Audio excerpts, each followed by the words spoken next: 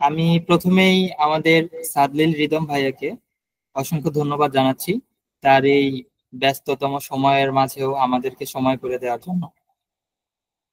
প্রথমেই আমাদের আন্তরিক ধন্যবাদ জানাতে হয় 360 পাঠশালাকে, যাদের আয়োজনে আজকের এই ওয়েবিনারের সম্পূর্ণ আয়োজন। 360 পাঠশালা বর্তমানে বাংলাদেশে একটি নতুন দিক উন্মোচন করছে, যেটি শিক্ষাক্ষেত্রে সকল ধরনের কোর্স থেকে শুরু করে আমাদের যাবতীয় অনলাইন এলিমেন্টস এবং দিক নির্দেশনামূলক কেরিয়ার গাইডলাইন সবকিছু প্রোভাইড করছে। সফটওয়্যার ইঞ্জিনিয়ার হিসাবে নিজেদের কেরিয়ারকে ডেভেলপ করার জন্য কি কি গাইডলাইন প্রয়োজন আমাদের সাদলিল রিদম ভাইয়া আজকে সেসব প্রোভাইড করবেন, এবং এরপর আমরা কোশ্চেন সেশনে চলে যাব, যেটি থাকবে ভাইয়ার সেশনের পরবর্তী অংশে। তো এই মুহূর্তে আমি পরিচয় করে দিতে যাচ্ছি আমাদের আজকের স্পিকার সাদলিল রিদম ভাইয়া, যিনি বর্তমানে সিনিয়র সফটওয়্যার ইঞ্জিনিয়ার হিসেবে কর্মরত আছেন আয়ারল্যান্ডে। এই মুহূর্তে আমি ভাইয়াকে আমন্ত্রণ জানাচ্ছি। Thank you very much. আজকে আমাদের ওয়েবিনার হচ্ছে mostly career related, kind of like we want to talk about how to get into Google or আমি কিভাবে গুগলে আসছি, আমার ক্যারিয়ারের ইয়া। আপনি ছোটখাটো একটা ইন্ট্রো দিয়েছেন, এটা হচ্ছে যে আরো এডিশনাল ইনফরমেশন আমার পক্ষ থেকে আমি কিভাবে গুগলে আসছি এইসব জিনিসপত্র শেয়ার করা। We are not going to talk about any distributed systems or Golang today. That's an entire different topic, and we were not going to talk at all about anything remotely related to that. And প্রথমে আমরা আমার introduction, আমার information এসব নিয়ে কথাবার্তা বলবো। তারপর কিভাবে গুগলে যাওয়া যায় এই ব্যাপারে হয়তো কিছু ইনফরমেশন শেয়ার করব। গুগলে কিভাবে হায়ারিং হয় এই ব্যাপারে কিছু ইনফরমেশন শেয়ার করতে পারবো। তারপর হচ্ছে যে আমরা আপনাদের কাছ থেকে কোশ্চেন এক্সপেক্ট করতে পারি, কোশ্চেনের আনসার নিয়ে কথাবার্তা বলা যায়। তো এটাই আমাদের মেইন মূল উদ্দেশ্য আজকের ওয়েবিনারে। So I just want to make that correction at the very start. So anyway, I will start by introducing myself. Rubaiyat already আপনাদেরকে আমার সম্বন্ধে কিছু পরিচয় দিয়েছে। আমি আরেকটু ভালোভাবে বা ডিটেলস বলি। আমার নাম কাজী সাদলিল রিদম। আমি হচ্ছে, আমার জন্ম নরসিংদীতে, বাংলাদেশের নরসিংদী জেলায়, এবং আমি ওখানে আমার স্কুলে পড়াশোনা করেছি। তারপর হচ্ছে যে আমি ঢাকা সিটি কলেজ থেকে হচ্ছে যে আমার ইন্টারমিডিয়েট কমপ্লিট করি, এন্ড দেন হচ্ছে মাওলানা ভাসানী বিজ্ঞান ও প্রযুক্তি বিশ্ববিদ্যালয় থেকে ইনফরমেশন এন্ড কমিউনিকেশন টেকনোলজিতে আমার অনার্স কমপ্লিট করা হয়। অনার্স কমপ্লিট করার পর আমি হচ্ছে একটা বাংলাদেশে একটা কোম্পানিতে জয়েন করি, যার নাম ছিল বিট মাস্কট। ওখানে আমি বেশি দিন ছিলাম না। ওখানে আমি ফুল স্ট্যাক ইঞ্জিনিয়ার হিসেবে জয়েন করি, এবং খুবই আর্লি বা এন্ট্রি লেভেলের। ওখানে ছিলাম 3 মাসের মতো। 3 মাস পর হচ্ছে আমি আরেকটা কোম্পানিতে মুভ করি, যার নাম ছিল অ্যাপস কোড।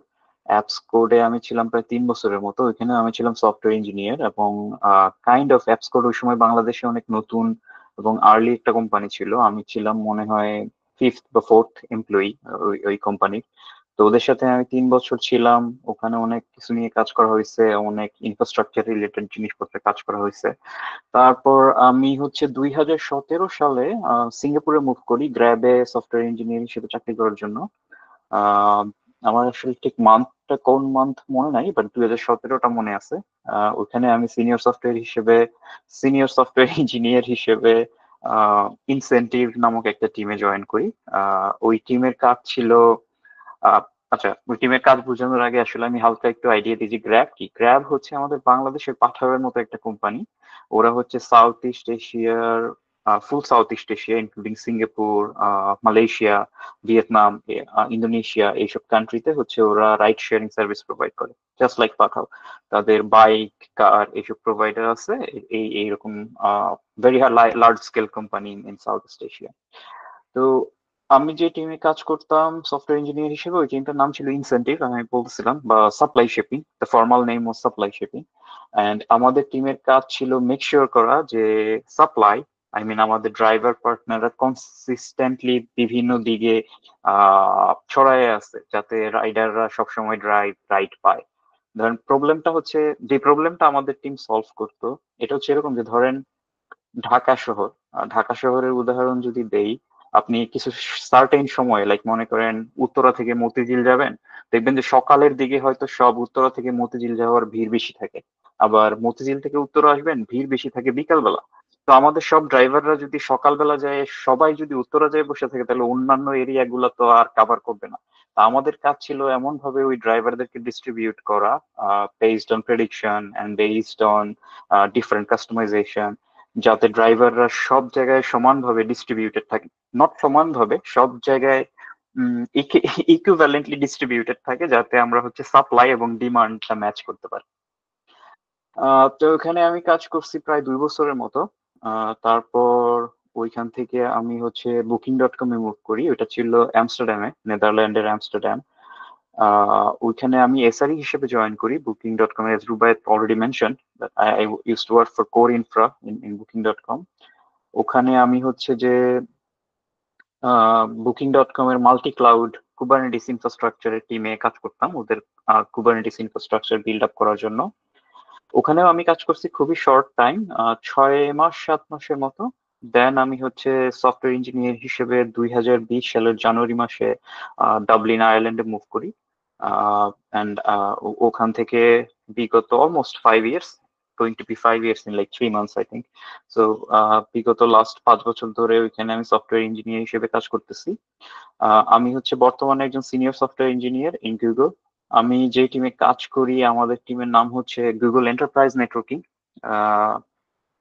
টেকনিক্যালি আমাদের টিমের কাজ হচ্ছে আসলে নেটওয়ার্কিং ডেভেলপ করা, লাইক আপনারা অনেকেই হয়তো জানেন এগুলো, ধরেন আপনারা কোনো সার্ভার বা ভিএম ইনস্টল করার জন্য গুগল ক্লাউডে ধরেন একটা ভিএম নিলেন যেখানে আপনি আপনার সার্ভার রান করতেছেন। সো আমাদের ওই ভিএম গুলা যাতে নেটওয়ার্কিং এ সবসময় নেটওয়ার্ক অ্যাক্টিভ থাকে, এবং এরা যাতে নেটওয়ার্ক, আপনারা যাতে বিভিন্ন দেশ থেকে ওই ক্লাউড গুলোতে অ্যাক্সেস করতে পারেন বা ওই ভিএম গুলোতে অ্যাক্সেস করতে পারেন, এইসব নেটওয়ার্কিং রিলেটেড কাজকর্ম করা হয় আমাদের টিমে। এরা হচ্ছে ধরেন এন্টারপ্রাইজ নেটওয়ার্কিং, গুগলের মেইন অফিস বিল্ডিং, তাদের ডিস্ট্রিবিউটেড ডেটা সেন্টার্স এবং হচ্ছে রিমোট ডেটা সেন্টার, এই এই ধরনের ফেসিলিটিস গুলোতে নেটওয়ার্কিং প্রোভাইড করা হচ্ছে আমাদের টিমের কাজ। আমি যদিও নেটওয়ার্ক ইঞ্জিনিয়ার না, I don't really know a lot of network engineering, maybe a little bit that I learned in my honors, in my graduate years, but not a lot. I'm still a software engineer. I build software. And আমরা যে software গুলো build করি, ওগুলো হচ্ছে আর কি make sure করে যে আমাদের networking infrastructure is behaving as we want it to behave. I We can go deeper if we'd like, but probably doesn't need it at all. So thank you everyone for joining in here and আমার history শোনার জন্য। তো নেক্সটে আমাকে বলা হয়েছে যে আমি যেন একটু আলোকপাত করি বা একটু আলোচনা করি কিভাবে গুগলে আসলে ক্যারিয়ার করা যায়, বা আপনাদের কারো যদি গুগলে জব করার ইচ্ছা থাকে কিভাবে আপনারা জয়েন করতে পারবেন, বা এই ধরনের বিগ টেক কোম্পানিগুলোতে কিভাবে আসা যায়। তো আমি আসলে ডিরেক্টলি গুগলে জয়েন করা বা জব করার আগের ওই ব্যাপারে কথা বলার আগে কিছু বলতে চাই, যেটা হচ্ছে ধরেন এসব কোম্পানি কিভাবে স্ট্রাকচার থাকে। আপনি যদি গুগলে জব করতে চান, গুগলের বিভিন্ন রকম লেভেল আছে, গুগলে বিভিন্ন রকম রোল আছে, যে মাল্টিপল ডিফারেন্ট ভেরিয়েশনস আছে। যেমন ধরেন আমি বলতেছিলাম যে আমি হচ্ছে যে অর্গানাইজেশনে আছি, আমি একজন সফটওয়্যার ইঞ্জিনিয়ার, কিন্তু আমাদের অর্গানাইজেশনে অনেক নেটওয়ার্ক ইঞ্জিনিয়ার আছে যারা হচ্ছে নেটওয়ার্কিং এক্সপার্ট। তারা হয়তো সফটওয়্যার বিল্ডিং বা সফটওয়্যার ম্যানেজে এইসব ক্ষেত্রে এক্সপার্ট না, বাট তারা হচ্ছে নেটওয়ার্কিং এ অনেক এক্সপার্ট। এবং এদের সাথে আবার ডিফারেন্ট রোল এবং আরো অনেক কিছু আছে। শুধু শুধু ইঞ্জিনিয়ার, ধরেন 100 ইঞ্জিনিয়ারকে যদি বসে রেখে আসলে কিন্তু কোনো কাজ হবে না। তো ইঞ্জিনিয়ারদেরকে কাজ করানোর জন্য এবং তারা কিভাবে একটা সিস্টেমেটিক ওয়েতে কাজ করবে, এই জন্য প্রোগ্রাম ম্যানেজমেন্ট বা প্রোডাক্ট ম্যানেজমেন্টের লোকজন লাগে। তারপর হচ্ছে সফটওয়্যার যেগুলো বিল্ড হয়েছে ওইসব জিনিসপত্র করার, টেস্ট করার জন্য হচ্ছে টেস্ট ইঞ্জিনিয়ার বা কিউএ টিম বা রিলিজ ইঞ্জিনিয়ার, এইসব ধরনের বিভিন্ন টিম লাগে। সো এগুলা মিলাই হচ্ছে অনেক ধরনের ডিফারেন্ট রকম রোল আছে গুগলে। এবং রোলের ক্ষেত্রে বললাম, লেভেল বলতেও বিভিন্ন রকম ব্যাপার আছে। যেমন ধরেন গুগলে সফটওয়্যার ইঞ্জিনিয়ারদের মনে হয় প্রায় 9টা বা 10টা, না সরি 7টা বা 8টা লেভেল পর্যন্ত আছে।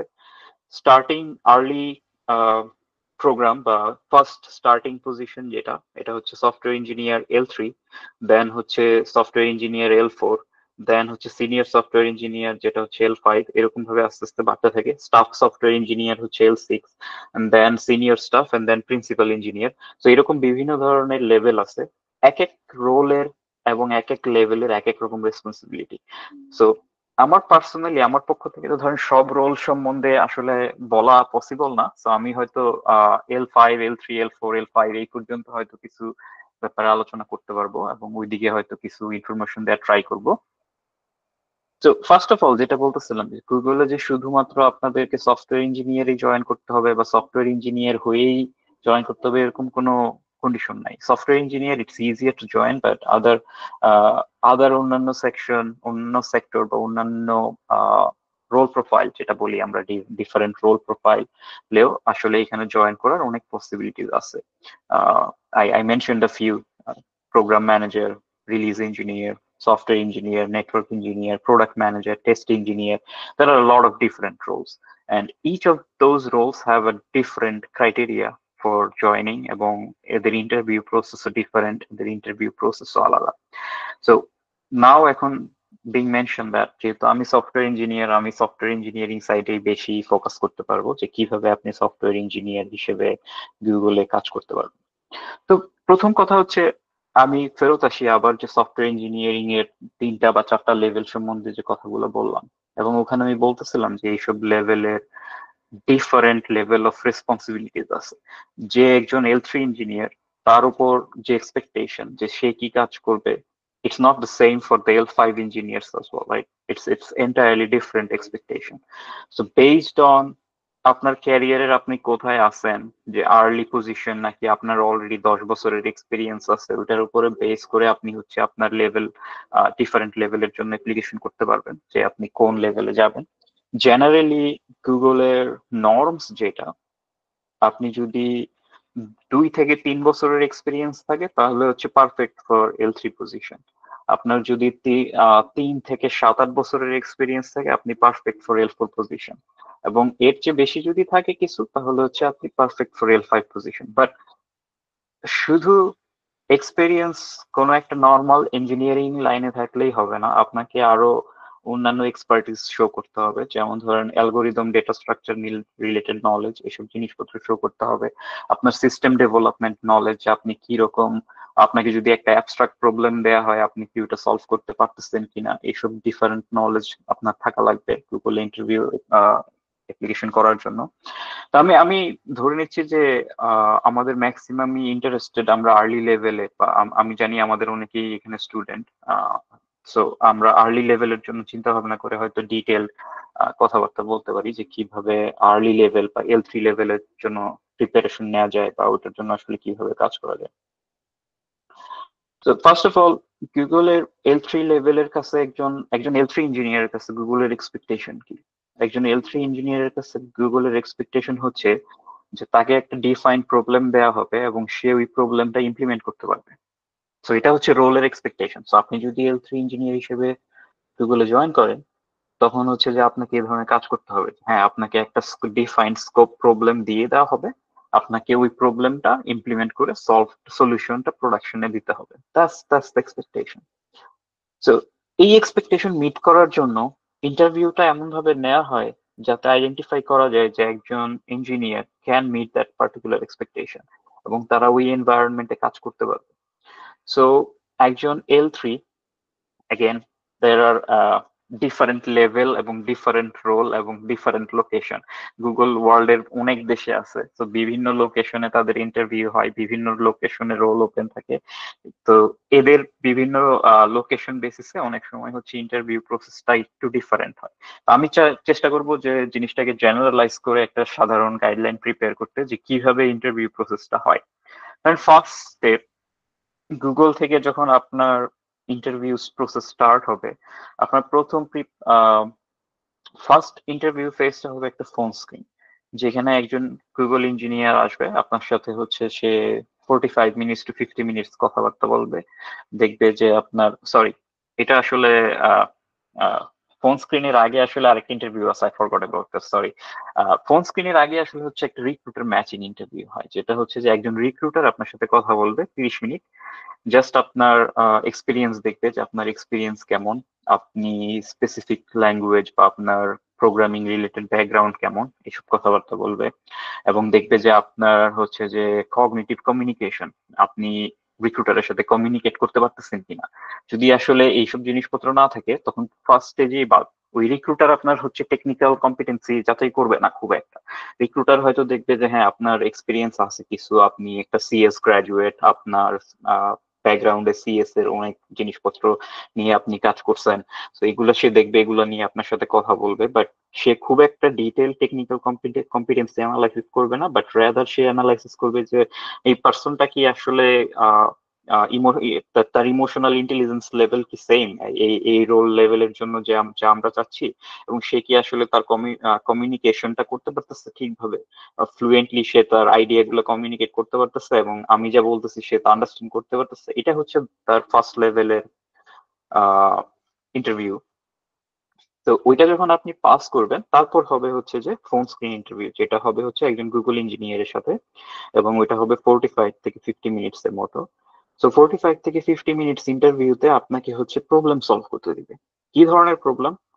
Easy to medium hard, medium level hard, but the problem গুলো হবে আপনার কম্পিটিটিভ প্রোগ্রামিং সেকশন রিলেটেড। যে আপনি হচ্ছে কম্পিটিটিভ প্রোগ্রামিং এ যে ধরনের প্রবলেম দেখেন মোস্টলি, ওই ধরনের প্রবলেমই আপনাকে দেওয়া হবে। হয়তো খুব বেশি হার্ড না, একদম যে আপনাকে ওয়ার্ল্ড ফাইনালিস্ট হতে হবে এরকম না। I am not a world finalist, I never been in the world final in my entire life, তো অত হার্ড লেভেলের হয়তো হবে না, বাট আপনাকে হচ্ছে একটা ডিসেন্ট লেভেলের প্রবলেম দিবে, যেটা দিয়ে আপনাকে যাচাই করতে পারবে যে হ্যাঁ আপনি আসলে ডাটা স্ট্রাকচার, গ্রাফ অ্যালগোরিদম বা এই ধরনের বিভিন্ন ডিফারেন্ট ডাটা স্ট্রাকচারের নাম আপনি শুনছেন, এবং এগুলা আপনি হচ্ছে যে আপনার রিয়েল লাইফে ইমপ্লিমেন্ট করতে পারেন। স্ট্যাক, কিউ, এই ধরনের জিনিসপত্রগুলোর নাম আপনি শুনছেন এবং এগুলো আপনি ইমপ্লিমেন্ট করতে পারেন। That's the goal of the first phone screen interview.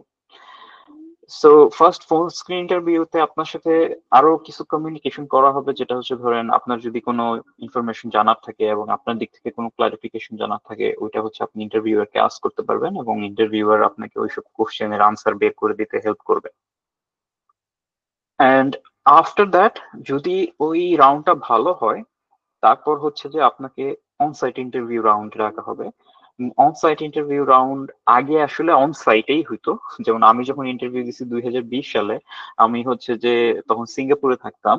Sorry, আমি ইন্টারভিউ দিছি 2019 সালে, তখন সিঙ্গাপুরে থাকতাম। ওখান থেকে আমি ডাবলিনে এসে তারপরে ইন্টারভিউ দিছি। আমার একদিনে ইন্টারভিউ ছিল, সকালে 9টা থেকে শুরু হইতো, বিকাল 5টা পর্যন্ত প্রায় 5টা ইন্টারভিউ, একই দিনে টানা 5টা ইন্টারভিউ হয়ে যেত। তারপর 2 দিন রেস্ট নিয়ে আবার ফেরত চলে যেতাম। বাট এখন আর অনসাইট হয় না। এখন নাম অনসাইট আছে যদিও, কিন্তু এখন আর ইন্টারভিউ গুলো অনসাইট হয় না, এখন সবই GVC. By GVC I mean Google Meet, exactly the same environment we are in. And আপনি আপনার নিজের বাসায় নিজের ইন্টারনেট দিয়ে ইন্টারভিউ দিবেন, এবং ওই ইন্টারভিউটাও সেম। আপনার 5টা থেকে 6টা, 5টা বা 6টা ইন্টারভিউ হবে। এটা চাইলে আপনি একদিনেও রাখতে পারেন, আবার যে কোনো 2টা দিনে আপনি হাফ হাফ করে ভাগ করেও নিতে পারেন, যে আপনি হাফ একদিনে দিবেন, বাকি হাফ অন্য আরেকদিনে দিবেন। তো আপনার যখন এই ফাইনাল রাউন্ড ইন্টারভিউটা শেষ হয়ে যাবে, তো ওইখানে আমি বলতেছিলাম যে ওখানে 5টা বা 6টা রাউন্ডের মতো ইন্টারভিউ হয়। এটা বেস ডিপেন্ড করে আসলে যে ক্যান্ডিডেট কোন রোল বা ক্যান্ডিডেট কোন স্পেসিফিক ক্রাইটেরিয়ার উপর হবে। তো এই 5টা বা 6টা ইন্টারভিউ, ম্যাক্সিমাম ইন্টারভিউই হবে কোডিং রিলেটেড। যেমন আমার ক্ষেত্রে ইনিশিয়ালি কোডিং ইন্টারভিউ ছিল 3টা। একটা ছিল সিস্টেম ডিজাইন ইন্টারভিউ, এন্ড একটা ছিল হচ্ছে গুগলিনেস ইন্টারভিউ। সো নর্মালি 3টা কোডিং, একটা সিস্টেম ডিজাইন, এন্ড একটা গুগলিনেস, যেটা হচ্ছে চেক করা যে আপনার ইমোশনাল ইন্টেলিজেন্স নিয়ে চেক করবে, আপনার পাস্ট এক্সপিরিয়েন্স নিয়ে কথাবার্তা বলবে, এরকম। সো দ্য কোডিং ইন্টারভিউ গুলো এক্স্যাক্টলি সেম। কোডিং ইন্টারভিউ গুলো সেম ফোন স্ক্রিনের মতোই হবে, হয়তো আরেকটু হায়ার লেভেলের বা আরেকটু ডিটেল ওরিয়েন্টেড প্রবলেম হইতে পারে, but it's absolutely just we'll check that you know the data structure, you know the algorithm, you know the language, and you can implement something as you think. Like আপনি আপনি একটা প্রবলেমের হয়তো সবসময় solution চিন্তা করতে পারেন, বাট সলিউশন চিন্তা করাটাই শুধুমাত্র, বা সলিউশন চিন্তা করে বের করে ফেলাটা, রেজাল্ট বের করে ফেলাটাই অনলি গোল না। ওই সলিউশনটাকে হচ্ছে কম্পিউটারের ভাষায় ট্রান্সলেট করাটাও অনেক ইম্পর্টেন্ট একটা কাজ, এবং এটা হচ্ছে যে ওই ইন্টারভিউ গুলোতে আপনাকে প্রদর্শন দেখা যাবে। আর সিস্টেম ডিজাইন ইন্টারভিউর কথা বললাম, এটা অপশনাল ইন্টারভিউ। অনেক রোলের জন্য ইন্টারভিউটা থাকে না। স্পেসিফিক্যালি এসআরই বা সাইট রিলায়েবিলিটি ইঞ্জিনিয়ারিং এর ক্ষেত্রে এই ইন্টারভিউটা বেশি হয়, বাট জেনারেল সফটওয়্যার ইঞ্জিনিয়ারিং রোলে ইন্টারভিউটা খুবই কম হয়। এটা এই জন্য বলতেছি এটা অপশনাল। সো এর প্রিপারেশন আসলে ওই যে আপনি ইন্টারভিউ শুরুর আগেই আসলে আপনাকে বলে দেওয়া হবে যে কয়টা ইন্টারভিউ থাকবে এবং কোন কোন টপিকের উপরে ইন্টারভিউ থাকবে এরকম। তো ওইখান থেকে আপনি বুঝতে পারবেন যে আপনার সিস্টেম ডিজাইন ইন্টারভিউ থাকবে কি থাকবে না। So system design interview almost optional, but as you grow, আমি কয়েকটা হায়ার লেভেলের কথা বলছি, ওইসব হায়ার লেভেল ইন্টারভিউ দিতে হলে সিস্টেম ডিজাইন ইন্টারভিউ মাস্ট থাকবেই। এবং ওখানে আসলে সিস্টেম ডিজাইন ইন্টারভিউ পরিমাণ অনেক সময় বেশিও হতে পারে, দুইটা বা তিনটা কোডিং, তিনটা সিস্টেম ডিজাইন এরকমও হতে পারে। And finally হচ্ছে গুগলিনেস interview. well I just like to think about it, এটা হচ্ছে একটা ইন্টারভিউ যেখানে আপনি একজন ইন্টারভিউয়ের সাথে মন খুলে আলাপ আলোচনা করবেন যে আপনি আপনার জীবনের গোল কি, আপনি জীবনে কিভাবে নিজেকে গুছিয়ে নিতে চান, কি করতে চান ক্যারিয়ারে, এইসব জিনিসপত্র, এবং আপনি কি করতে পছন্দ করেন, কিভাবে কাজ করা আপনার ক্ষেত্রে পছন্দনীয়, বা এইসব এই ধরনের কিছু কোশ্চেন থাকবে। তো আপনাকে হচ্ছে এই ধরনের কোশ্চেনের উপর আনসার করতে হবে। তো দ্যাটস ইট। এটাই হচ্ছে মোটামুটি আপনার গুগলে ইন্টারভিউ দেওয়ার প্রসেস। অনেক সময় এই লাস্ট ইন্টারভিউ দেওয়ার পর আপনার ইন্টারভিউ প্যাকেট হচ্ছে হায়ারিং ম্যানেজারদের কাছে যায়। নট হায়ারিং ম্যানেজার, হায়ারিং কমিটির কাছে যায়, এবং হায়ারিং কমিটি আপনার ওই ইন্টারভিউর রেসপন্স বা আপনার ইন্টারভিউ নোট দেখে যাচাই করে যে আসলে এই ক্যান্ডিডেটটাকে অ্যালাউ করবে কি করবে না। অনেক সময় ওইখান থেকে হচ্ছে যে রেসপন্স আসে যে ক্যান্ডিডেটকে আরো এডিশনাল ইন্টারভিউ নেওয়ার, বাট এটা খুবই রেয়ার কেস, খুব কম ক্ষেত্রেই হয়। বাট হয় যে একদম যে হয় না এরকম না, আমি দেখছি অনেক মানুষকেই এই এডিশনাল ইন্টারভিউ ফেস করতে। এবং এডিশনাল ইন্টারভিউ ফেস করার পর যদি টিম ম্যাচিং ইন্টারভিউ হয় অনেক সময় একটা, যেটা হচ্ছে আপনার সাথে একদম ডিরেক্টলি যেই টিমটা হায়ার করতেছে ওই টিমের ম্যানেজার এসে কথা বলবে, ওই টিম থেকে একজন ইঞ্জিনিয়ার এসে কথা বলবে। ওরা দেখবে আপনার এক্সপার্টিস বা আপনার ইন্টারেস্ট কি, এবং আপনি দেখবেন ওই টিম কি নিয়ে কাজ করে, এবং দুইজনকে ইয়েস হইতে হবে যে হ্যাঁ I want to work in that team, and other party also need to say that I want to take that person into my team because I think he can work with the one that we do. So এটা হচ্ছে মনে করেন যে just general process. এবং finally যখন সবকিছু ওকে হবে তখনই আপনাকে হয়তো আহ একটা একটা ফুল প্যাকেজ অফার করা হবে যে কোনো একটা পার্টিকুলার লোকেশনে। So yeah, any question in this interview process? Yes, Rokib Hassan Roni. জি ভাই, আমার কোশ্চেনটা হলো কি, আমার ইন্টারভিউ কল পাওয়ার জন্য আমরা কি কি করতে পারি বা কি প্রসেস থাকতে পারে? Sure, good question actually. So আমি প্রথমেই বলতেছিলাম যে হচ্ছে আপনার প্রথমেই বুঝতে হবে যে আপনি আসলে কোন লেভেলে আছেন, এবং আপনাকে আপনার ওই কারেন্ট লেভেলটা যাচাই করে আপনাকে হচ্ছে যে ওই পার্টিকুলার লেভেলের জন্যই অ্যাপ্লাই করতে হবে। এখন ধরেন আপনার যদি 1 ইয়ারের এক্সপিরিয়েন্স থাকে বা আপনি মাত্র ফ্রেশ গ্রাজুয়েট, আপনি গুগলের ওয়েবসাইটে গেলেন, প্রথমেই দেখলেন যে সিনিয়র সফটওয়্যার ইঞ্জিনিয়ার পজিশন আপনি অ্যাপ্লাই করে বসে থাকলেন, এটাতে কিন্তু ফার্স্ট জিনিস আপনার ইন্টারভিউ প্রসেস আগাবে না। সো ফার্স্ট ইনফরমেশনটা হচ্ছে যে আপনাকে অবশ্যই বের করতে হবে যে আপনি কোন লেভেলে স্ট্যান্ড করেন, এবং ওই অনুযায়ী আপনাকে আপনার রেজুমেটা গুছাইতে হবে। রেজুমে বলি বা সিভি বলি, যাই বলি, ওইটাকে আসলে গুছাইতে হবে। এবং লেভেল অনুযায়ী আপনার রেজুমের এক্সপেকটেশন ডিফারেন্ট, আপনার সিভির এক্সপেকটেশন ডিফারেন্ট। কিরকম? আপনি যদি L3-তে জন্য অ্যাপ্লিকেশন করতে চান, ওইখানে নর্মালি ধরা হবে যে আপনার এক্সপিরিয়েন্স কম। আপনার যদি এক্সপিরিয়েন্স কম হয় তার মানে হচ্ছে যে আপনি ইন্ডাস্ট্রিতে খুব বেশি দিন কাজ করতেছেন না। তাও আমি বলতেছি যে নর্মালি হচ্ছে 1 থেকে 3 ইয়ারের এক্সপিরিয়েন্স থাকা বেটার। বাট যদি না থাকে তাহলে ওরা কি দেখবে যে রিক্রুটার আসলে কোন জিনিসের উপরে আপনাকে আপনার সিভিটা সে ইয়ে করবে, অ্যানালাইসিস করবে। এই জিনিসটা হচ্ছে যে দেখাইতে হবে যে আপনার কি অ্যাচিভমেন্ট আছে এই পর্যন্ত। অ্যাচিভমেন্ট বলতে হচ্ছে কম্পিউটার সায়েন্স লাইনে, that can be something that come from your university course. Like আপনি আপনার ইউনিভার্সিটিতে বিভিন্ন রকম প্রজেক্ট করছেন, বিভিন্ন কোডিং রিলেটেড অনেক ভালো ভালো জিনিসপত্র প্রজেক্ট করছেন, অথবা আপনি অলরেডি কোনো একটা ওপেন সোর্স প্রজেক্টের ওনার, আপনাকে ওইটা অবশ্যই ওই ধরনের যদি কিছু থাকে আপনাকে অবশ্যই ওইটা হাইলাইট করতে হবে। তারপর হচ্ছে আপনি ইউনিভার্সিটিতে থাকার সময় অনেক ভালো কম্পিটিটিভ প্রোগ্রামিং করছেন। যেমন ধরেন আমাদের বাংলাদেশে, আমি যেটা আগেও বলতেছিলাম যে অনেকেই আছে যারা গুগলে চাকরি করে, এবং বাংলাদেশ থেকে জাস্ট ফ্রেশ গ্রাজুয়েট, ওরা ডিরেক্টলি গুগলে জয়েন করছে। এরকম অনেক মানুষ আমাদের সাথে কাজ করে। তারা কিভাবে আসছে? তারা আসছে তাদের exceptional performance on competitive programming, এই এই এই জিনিসের বেস করে, তাই না? তারা ধরেন যে খুবই ভালো প্রোগ্রামার, তারা বিভিন্ন ন্যাশনাল এবং ইন্টারন্যাশনাল প্রোগ্রামিং কন্টেস্টে খুবই ভালো তাদের প্রোফাইল, এবং ওইটার উপরে বেস করে তারা ডিরেক্টলি গুগলে আসতে পারছে। সো দ্যাটস অ্যানাদার অপশন, আপনি হয়তো ওই দিক দিয়েও কাজ করতে পারবেন। সো বেস ব্যাপার, ফাইনালি জাস্ট লাস্ট পয়েন্টে ব্যাপারটা হচ্ছে যে আপনাকে দেখাইতে হবে আপনার সিভিতে যে আপনি হচ্ছে যে কম্পিউটার সায়েন্স এবং এর বেসিক রিলেভেন্ট দিকগুলোতে আপনি একজন কম্পিটেন্ট পারসন। আপনি জানেন যে আপনি কম্পিউটার সায়েন্স আপনাকে কিভাবে কাজ করে, আপনি জানেন কিভাবে সফটওয়্যার কাজ করে, আপনি জানেন ডাটা স্ট্রাকচার এবং অ্যালগোরিদম সম্পর্কে, এবং এই ব্যাপারে আপনার প্রুভেন একটা ট্র্যাক রেকর্ড আছে সামহাউ। ওইটা যদি আপনি আপনার সিভিতে হাইলাইট করতে পারেন, then that's it. Hillol Nafil Bari Khan, go head.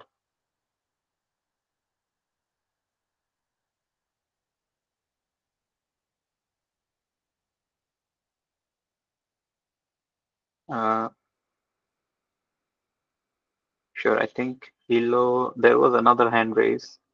Yeah, he is not here anymore. Yeah, Rocky Hassan, please go ahead. ভাই আমার আরেকটা কোশ্চেন হলো যে আমি আসলে অ্যাকচুয়ালি ইউনিভার্সিটি থার্ড ইয়ারে। সো আমি আমার ফার্স্ট টিম চোজের ক্ষেত্রে আমি কোন ধরনের নিতে পারি, বা আমি কিভাবে খুঁজে পাইতে পারি আপনার টিম? এইটা নিয়ে আমার একটু কি ডাউট আছে, কারণ ভাই আমি হলাম গিয়ে জামালপুরের শেখ ফজিলাতুন্নেসা মুজিব ইউনিভার্সিটির সিএসসি ডিপার্টমেন্টের স্টুডেন্ট। সো আমাদের জামালপুরে অতটা ডেভেলপ না, আহ, ঢাকার তুলনায় হয়তো বা ঢাকাতে বা অন্যান্য জায়গায় আছে। আর আমাদের ইউনিভার্সিটি নতুন ইউনিভার্সিটি বলতে গেলে, আমাদের যারা সিনিয়র আছে তারাও ঠিক এতটা রিচ নাই যে তাদের মাধ্যমে কোনো কিছু পাবো। এই ক্ষেত্রে আমরা আমাদের পরবর্তী অর্থাৎ কেরিয়ারের শুরুর দিকে কি ধরনের পদক্ষেপ নিতে পারি? এটা আসলে একটা গুড কোশ্চেন। আমি যখন নলাভার্সন স্টুডেন্ট ছিলাম, আমাদেরও সিমিলার প্রবলেম ছিল। আমরাও হচ্ছে ঢাকার বাইরে একটা কাইন্ড অফ নতুন ইউনিভার্সিটি, আমাদের প্রোগ্রামিং কন্টেস্টের কালচার খুব বেশি ছিল না, এবং আমাদের ক্ষেত্রেও প্রথম দিকে দেখা যেত যে ফার্স্ট ইয়ার বা সেকেন্ড ইয়ারের দিকে লোকজনের ইন্টারেস্ট বেশি ছিল প্রোগ্রামিং কন্টেস্ট করার প্রতি। অ্যাজ টাইম ওয়েন্ট অন, মানুষজনের ইন্টারেস্ট আস্তে আস্তে কমা শুরু করলো, এবং মানুষজন এক সময় আসলে প্রোগ্রামিং কন্টেস্ট বাদ দিয়ে দিল। দেখা গেল যে লাস্টের দিকে যাওয়ার পর আসলে আমরা শুধুমাত্র একজন দুইজনই ছিলাম আমাদের আমাদের গ্রুপ থেকে।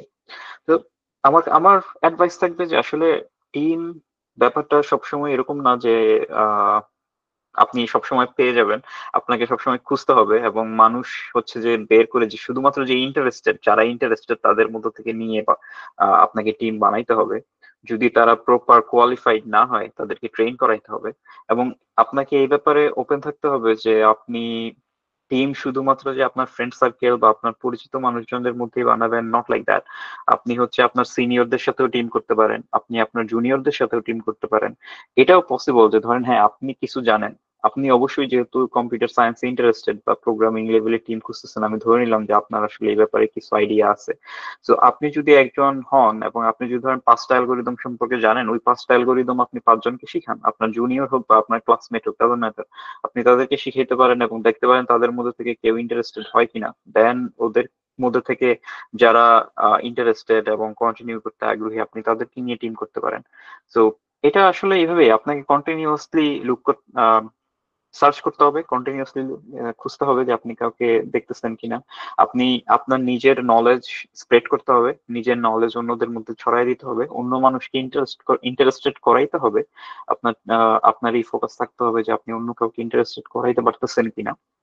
তারপর হচ্ছে যে এবং ওপেন থাকতে হবে যে আপনার team can be cross year, can be cross department, doesn't matter, আপনার টিম হইলেই হলো। সো এইসব ব্যাপার আপনাকে ওপেন থাকতে হবে আর কি। আমার আরেকটা কোশ্চেন, সেটা হলো ভাই আপনি জবের ক্ষেত্রে ফার্স্ট টিম বললেন যেটা, ওটা কিভাবে খুঁজে পাইছিলেন? মানে ফার্স্ট জব যেটা, জি ভাইয়া। আহ, অনেক আগের ঘটনা, আমার আসলে এক্স্যাক্টলি মনে নাই পুরোপুরি। তবে যতদূর মনে আছে আই থিঙ্ক কোনো একটা জব ওয়েবসাইট, বাংলাদেশের জব ওয়েবসাইটে এরকম যে ট্রেইনি সফটওয়্যার ইঞ্জিনিয়ার বা জুনিয়র সফটওয়্যার ইঞ্জিনিয়ার লেভেলের কিছু একটা ছিল, এবং এটা হচ্ছে আমার ফ্রেন্ড আমাকে শেয়ার করছিল যে হ্যাঁ some company is hiring a junior software engineer. And আমি হচ্ছে যে তখন মাত্র 4-1 শেষ করছি, মানে 4-1 এর পরীক্ষা দিচ্ছি এরকম। তো জাস্ট কি বলে কিউরিওসিটি থেকে অ্যাপ্লাই করছিলাম, এবং তারপরে ওইখান থেকে ওদের ওখানে যাই একটা ইন্টারভিউ দেই, ওরা একদিন যাইতে বলে ইন্টারভিউ দেওয়ার জন্য। তো ওদের অফিসে গিয়ে একদিন ইন্টারভিউ দেই, এবং ইন্টারভিউ পরে আসলে হয়ে যায়। তো আমার ক্ষেত্রে এটা kind of maybe bit bit lucky in that. But হ্যাঁ, আমার আমার ফ্রেন্ড হচ্ছে আমাকে ওই জব ইনফরমেশন শেয়ার করছিল সামওয়্যার, বাট এটা ছিল হচ্ছে কোনো একটা জব পোর্টালে। আমার এক্স্যাক্টলি জব পোর্টালটার নাম মনে নাই।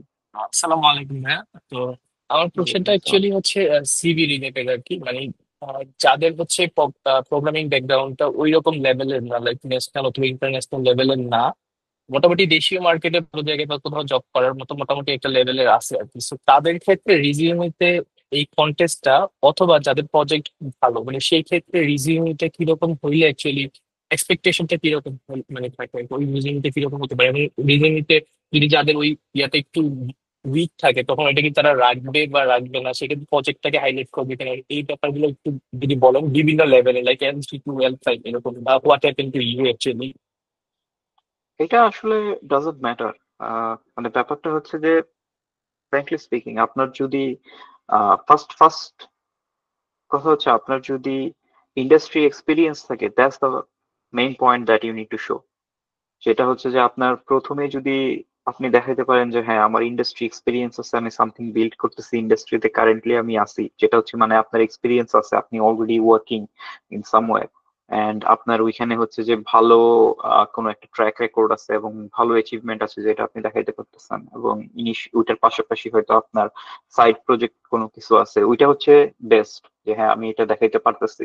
কিন্তু ধরেন ওইটা নাই, আমি যদি আরেকটু আর একটু আর্লি স্টেজে যাই, যেখানে হচ্ছে যে যারা সবাই মোটামুটি নতুন বা ফ্রেশ গ্রাজুয়েট, এবং তাদের ক্ষেত্রে যদি ধরি যে না হ্যাঁ আমার আসলে প্রোগ্রামিং বা কম্পিটিটিভ প্রোগ্রামিং সেক্টরে খুব একটা ভালো অ্যাচিভমেন্ট নাই, হ্যাঁ আমি পার্টিসিপেট করার ট্রাই করছি এক দুইবার, বাট হয়তো ওইরকম ভাবে হয় নাই। তো ওই ক্ষেত্রে আপনি কি করতে পারেন, ওই ক্ষেত্রে আপনাকে অবশ্যই আরেকটা সাইড বেটার হইতে হবে। আপনি আপনি একজন কম্পিউটার সায়েন্স স্টুডেন্ট।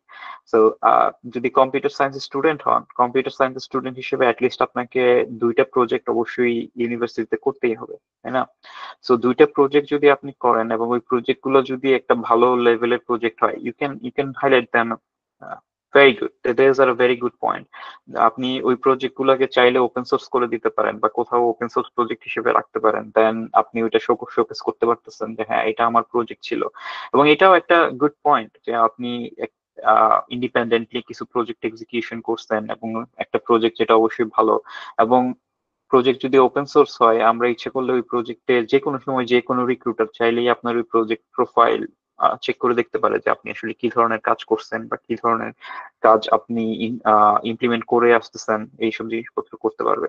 সো একটা না একটা অল্টারনেটিভ থাকতেই হবে। রিক্রুটাররা এরকম ভাবে কেউ দেখবে না যে না এর কম্পিটিটিভ প্রোগ্রামিং এ কোনো এক্সপিরিয়েন্স নাই, বা নট লাইক দ্যাট। আপনার কম্পিটিটিভ প্রোগ্রামিংটা দিয়ে আসলে আমরা কি দেখাচ্ছি? ধরেন আমার তো ইউনিভার্সিটিতে খুব একটা হয়তো অত বড় প্রজেক্ট ছিল না, কিন্তু কম্পিটিটিভ প্রোগ্রামিং এর দিকে আমার ইন্টারেস্ট ছিল, আমি হয়তো ওই সময় কম্পিটিটিভ প্রোগ্রামের দিকে ছিলাম। তো আমার সিভি দিয়ে আমি ওই জিনিসগুলো মেনশন করতাম যে হ্যাঁ আমি এই জায়গায় কম্পিটিটিভ প্রোগ্রামিং এ পার্টিসিপেট করছি, আমার 2-1টা অ্যাচিভমেন্ট আছে, হয়তো ন্যাশনাল লেভেলেও 1-2টা অ্যাচিভমেন্ট ছোটখাটো আছে যেটা আমি দেখাইতে পারি, তাই না? সো এই জিনিসটা দিয়ে আসলে কি হচ্ছে, আমি কিন্তু জবে ঢুকে কম্পিটিটিভ প্রোগ্রামিং করব না, এই জিনিসটা জাস্ট প্রুভ করতেছে যে অ্যাজ এ স্টুডেন্ট আমি কম্পিউটার সায়েন্সের প্রতি interested. I learn computer science, I learn algorithm and data structure, I learn how to implement them. এবং এটা যে শুধুমাত্র কম্পিটিটিভ প্রোগ্রামিং দিয়ে শো করতে হবে বা শো করা যাবে এরকম না, আপনি প্রজেক্ট দিয়েও ইমপ্লিমেন্ট করে দেখাইতে পারতেছেন বিভিন্ন জিনিসপত্র। আপনার যদি ভালো কোনো একটা প্রজেক্ট হয় যেখানে এই ধরনের কনসেপ্ট গুলো আপনি ইমপ্লিমেন্ট করতেছেন, ওইটাও একটা শোকেস। সো রিক্রুটার অথবা একজন হায়ারিং ম্যানেজার জাস্ট ওই জিনিসটাই দেখবে যে অ্যাজ এ ফ্রেশার বা ফ্রেশ গ্রাজুয়েট আপনার কি পরিমাণ কম্পিউটার সায়েন্স রিলেটেড বা সফটওয়্যার ইঞ্জিনিয়ারিং রিলেটেড ইনভলভমেন্ট ছিল। এটাই হচ্ছে মেইন পয়েন্ট যেটা আপনার সিভি বা রেজুমে থেকে হচ্ছে একজন হায়ারিং ম্যানেজার লুক আপ করবে। সো ওই দিকটাকে আপনার খেয়াল রাখতে হবে এবং ওই দিকটাকেই আপনার সাজাইতে হবে যে হ্যাঁ আমার এই ইনভলভমেন্ট গুলো ছিল কম্পিউটার সায়েন্সে অ্যাজ এ স্টুডেন্ট। এবং যত আপনি হায়ার লেভেলে যাবেন, যত আপনি আরো সিনিয়র পজিশনের দিকে যাবেন, আপনার ইনভলভমেন্ট তত ডিফারেন্ট হবে। আপনি হয়তো সিনিয়র ইন পজিশনে যখন আপনি যাবেন আপনার ওয়ার্ক এক্সপিরিয়েন্স থাকবে এবং ওই ক্ষেত্রে এক সময় যাই দেখবেন যে আপনার কম্পিটিটিভ প্রোগ্রামিং প্রোফাইল খুব লাইট হয়ে যাবে। কম্পিটিটিভ প্রোগ্রামিং প্রোফাইল যেটা আপনি 10 বছর আগে করছেন, that doesn't add any value. আপনার যদি 10 বছরের এক্সপিরিয়েন্স হয়ে যায়, আপনি যদি আপনার সিভিতে দেন যে আমি 10 বছর আগে ওই প্রোগ্রামিং কন্টেস্টে ফোর্থ হয়েছিলাম, that really doesn't add any value. ওই ক্ষেত্রে আপনাকে অবশ্যই ফোকাস করতে হবে যে আপনি এখন কোন পজিশনে আছেন, কোন লেভেলে আছেন এবং আপনার এক্সপিরিয়েন্স কি, আপনি কোন টিমে কাজ করেন, আপনার কন্ট্রিবিউশনটা কি আপনার ওই টিমে, ওইসব দিকে ফোকাস করতে হবে। সো টাইমের সাথে সাথে আপনার রেজুমে বা সিভি অবশ্যই চেঞ্জ হবে প্রতিদিন, kind of changing all the time.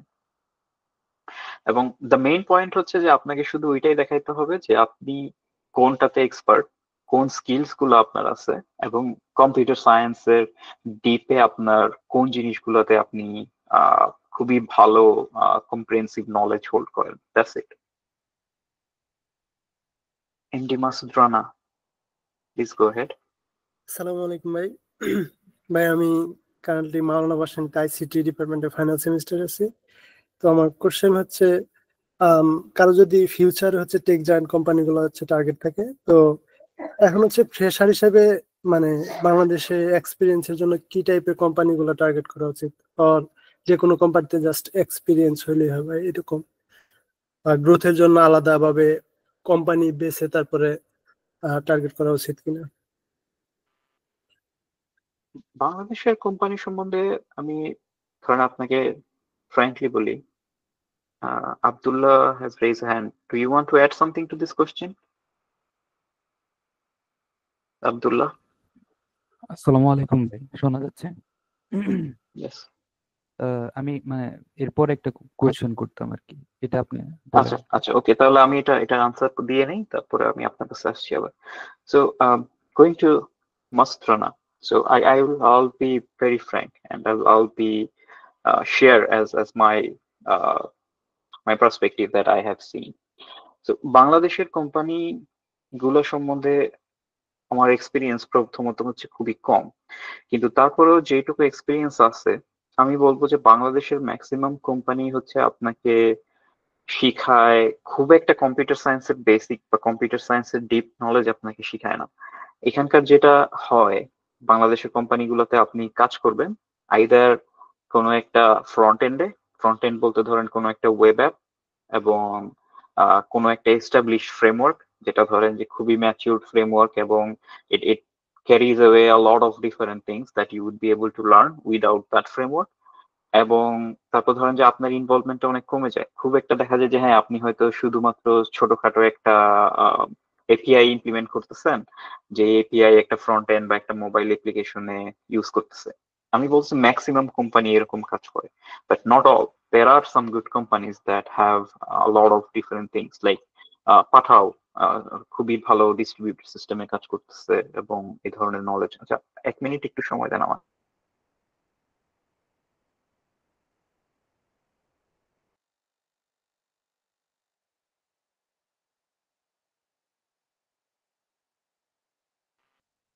Sorry, someone else was my door.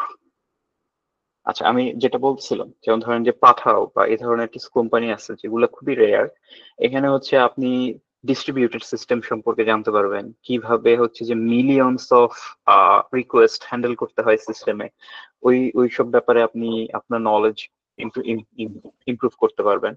So company বাছাই করে জয়েন করতে পারলে বেটার, বাট যদি না পারেন এটা আসলে খারাপ কিছু না। আপনার এক্সপিরিয়েন্স হবে যে কোনো কোম্পানিতে কাজ করলে, কিন্তু আপনাকে সবসময় একটু বেশি ওভার দ্য বার একটু বেশি ইন্টারেস্ট থাকতে হবে, একটু বেশি কিউরিয়াস থাকতে হবে যে হ্যাঁ আমি হয়তো একটা কোম্পানিতে কাজ করতেছি, এদের একটা এস্টাবলিশ ফ্রেমওয়ার্ক আছে, ওরা ওই এস্টাবলিশ ফ্রেমওয়ার্ক দিয়ে সবকিছু করে ফেলতেছে, বাট আপনাকে একটু কিউরিয়াস হতে হবে যে হ্যাঁ আসলে এই কাজটা যে হচ্ছে what's happening under the hood, ওইটা আপনাকে খেয়াল করে দেখতে হবে যে আসলে আন্ডার দ্য হুডে কি ধরনের কাজ হচ্ছে বা কি ধরনের ইন্টারনাল ইন্টারাকশন হচ্ছে। কারণ আপনাকে হয়তো একদম লো লেভেলে যাইতে হবে না। যেমন ধরেন আমি আপনাকে বলবো না যে হ্যাঁ আপনি একটা ফ্রেমওয়ার্ক থেকে, ওই ফ্রেমওয়ার্ক আপনাকে ধরেন একটা বাইট কোড বানায় দেয়, ওই বাইট কোড থেকে অ্যাসেম্বলি হয়, আপনি যে অ্যাসেম্বলি ল্যাঙ্গুয়েজ শিখেন, doesn't need to know about that. But আপনি ধরেন যে ইন্টারনাল ডিটেলস যেসব জিনিসপত্র আছে, এই জিনিসগুলো আপনাকে অবশ্যই শিখতে হবে। খুবই সিম্পল একটা একটা জিনিস ধরেন, আমি আমি হয়তো আপনাকে শেয়ার করতে পারি। ধরেন আপনি ধরেন একটা সিস্টেম বানাচ্ছেন যেখানে হচ্ছে যে আপনি লোকালি কিছু ফাইল রাইট করতেছেন কোনো একটা ইউজার বা কারোর জন্য। তা আপনি যদি চিন্তা করেন যে হ্যাঁ এই ফাইলটা রাইট করে দিলাম, আমার সার্ভার যেখানে রান হচ্ছে ওইখানে ওই ফাইল রাইট হবে, আপনি পরের বার ওই ফাইল রিড করে সব পাই ফেলবেন। কিন্তু এইটা কিন্তু আসলে বাস্তবে রিয়েলি ডিস্ট্রিবিউট সিস্টেমের ক্ষেত্রে কিন্তু কাজ করবে না। কারণ হচ্ছে আপনি ফাইল রাইট করতেছেন আপনার একটা মেশিনে, আপনি যখন millions of user request handle করতে যাবেন, ওই একটা মেশিন দিয়ে তো আর আপনার সব কাজ হবে না। তো আপনাকে ওই জিনিসপত্রগুলা অনেক বড় স্কেলে ডিপ্লয় করতে হবে। এবং আপনি যখনই ওই বড় স্কেলে মাল্টিপল ভিএম বা মাল্টিপল মেশিনে ডিপ্লয় করবেন, তখনই কিন্তু ওই যে ফাইল দিয়ে রাইট করতেছেন একটা মেশিনে, ওই সলিউশন কিন্তু আর কাজ করবে না। তো এই ধরনের নলেজ গুলা আমাদের অনেক ক্ষেত্রে ডেভেলপ হয় না। যে এই যে ইন্টারনাল সিস্টেম ডিটেলস এ কি হচ্ছে, এই ধরনের নলেজ গুলো অনেক ক্ষেত্রে ডেভেলপ হয় না, যেটা আপনি রেগুলার ওয়েব বেসড কোম্পানি যেগুলো আছে ম্যাক্সিমাম ক্ষেত্রেই, তো ওগুলাতে আপনি পাবেন না। সো আপনাকে আইদার এক্সট্রা পরিশ্রম করতে হবে ওই জিনিসগুলো শেখার জন্য, অথবা এমন একটা এনভায়রনমেন্ট খুঁজতে হবে যেখানে আপনি অটোমেটিক্যালি বা যেখানে আপনি প্রোঅ্যাক্টিভলি এই জিনিসগুলো শিখতে পারবেন। এবং এর জন্য আসলে এনভায়রনমেন্টটা বাংলাদেশে খুবই কম, বাংলাদেশে এই এনভায়রনমেন্টটা পাওয়া একটু টাফ।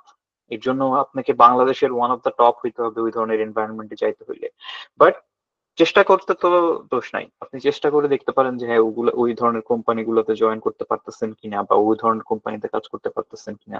যদি পসিবল না হয়, আপনি যে কোনো কোম্পানিতে কাজ করেন, doesn't matter, experience is experience and it does add value.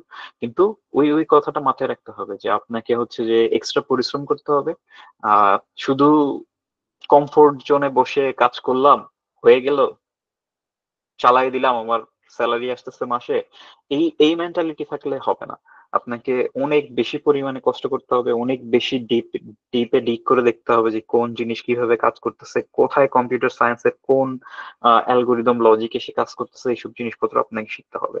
এবং আপনি যদি ধরে নেন যে ফ্রেমওয়ার্ক আপনাকে কোনো কিছু করতেছে, দেন আপনাকে আহ, ওই ওই জিনিসটা আন্ডারস্ট্যান্ড করতে হবে যে ফ্রেমওয়ার্ক আসলে আন্ডার দ্য হুডে কি ধরনের কাজ করতেছে। সো কিপ লার্নিং, আপনাকে হচ্ছে যে জাস্ট এক্সপিরিয়েন্স আপনি যে কোনো কোম্পানিতেই পাবেন, দ্যাটস অ্যাডস ভ্যালু। আপনি এর সাথে আলাদাভাবে প্রজেক্ট করতে পারেন বা যেভাবেই হোক, আপনাকে হচ্ছে এই ধরনের ইন্টারনাল ডিটেলস এবং ইন্টারনাল টেকনোলজি সম্বন্ধে জানতে হবে, এবং ওগুলা জানাটাই হচ্ছে আপনার জন্য best. I hope I answer your question. জি ভাই, ধন্যবাদ ভাই। ভাই আরেকটা কোশ্চেন ছিল যে বিগ কোম্পানিগুলোতে তো ভাই ইন্টারভিউ কল পাওয়া এটা একটা বড় ফ্যাক্ট। তো এটার জন্য আর কি কি প্রসেস বা কি করা যেতে পারে? মানে এটা তো ফার্স্ট স্টেজে তো অনেক টাফ। আমি আমি অলরেডি আসলে আনসার দিয়ে দিছি এই কোশ্চেনের। সো আচ্ছা বিগ টেক কোম্পানিগুলোতে ইন্টারভিউ পাওয়া কেন হার্ডার, বিগ টেক কোম্পানিগুলোতে ইন্টারভিউ পাওয়া হার্ডার কারণ হচ্ছে they have a very big pool of application. আপনি যদি দেখেন যে আজকেই গুগলের careers.google.com ওয়েবসাইটে যান, আপনি দেখবেন ওরা হয়তো 500 রোলস ওপেন আছে ওয়ার্ল্ড ওয়াইড, বাট গেস করেন তো কতগুলো অ্যাপ্লিকেশন আছে world wide open? There will be more than like millions, more than in couple of millions. So এটাই হচ্ছে প্রবলেম, যে আপনি যখনই বিগ টেক কোম্পানিগুলোতে কম্পিট করতে যাবেন, আপনার ট্যালেন্ট পুল তত বড়। সো আপনাকে ওইটা মাথায় রাখতে হবে যে ওই বড় ট্যালেন্ট পুলের সাথে কম্পিট করার মতো স্কিলস আপনার থাকতে হবে। সো ওই স্কিলস যদি আপনার না থাকে, তাহলে ওখানে কিন্তু অ্যাপ্লিকেশন করে আসলে কোনো লাভ নাই। কারণ হ্যাঁ, কেউ একজন আপনার অ্যাপ্লিকেশন দেখবে, এবং যে দেখতেছে সে দেখবে যে I have 9,99,900 more better opportunity, better skill person, then they will just skip. So প্রথমেই হচ্ছে আপনাকে প্রিপেয়ার করতে হবে ওই ধরনের ভালো টেকনোলজি এবং ভালো নলেজ বেস, যেটা হচ্ছে কোর্স কম্পিউটার সায়েন্স বা এই ধরনের ইনফরমেশন যে কোনো ভাবেই হোক আপনি বিল্ড করতে পারেন। আমি আপনাকে তিনটা ডিফারেন্ট ওয়ে বলছি। এক, আপনার either you have a very good competitive programming career throughout everything, like you can show that you have started in second year or third year, but you have continued for 3-4 years and you have achieved something in those 3-4 years. That's one way. The second way is you have some good projects on your bucket. You can show some good projects, good initiatives, maybe some projects that you already have is already on the market or already are earning something, or maybe even some open source project you own, or you are a participant in a very big renowned project. Like there are a lot of different open source projects. You could just go and dig and see the code and then start contributing for those projects. That's the second thing. So it's a project pipeline. Like the first thing is competitive programming, second thing is project pipeline, third thing in the experience that you can see, show that okay, you have good experiences. And experiences does also include if you have like higher degrees, like you have good masters, you have a PhD or something, that is also included in your experience. It doesn't mean that if you have a PhD that you start from zero. PhD does count towards some level of experience, but you do need to have good PhDs as well.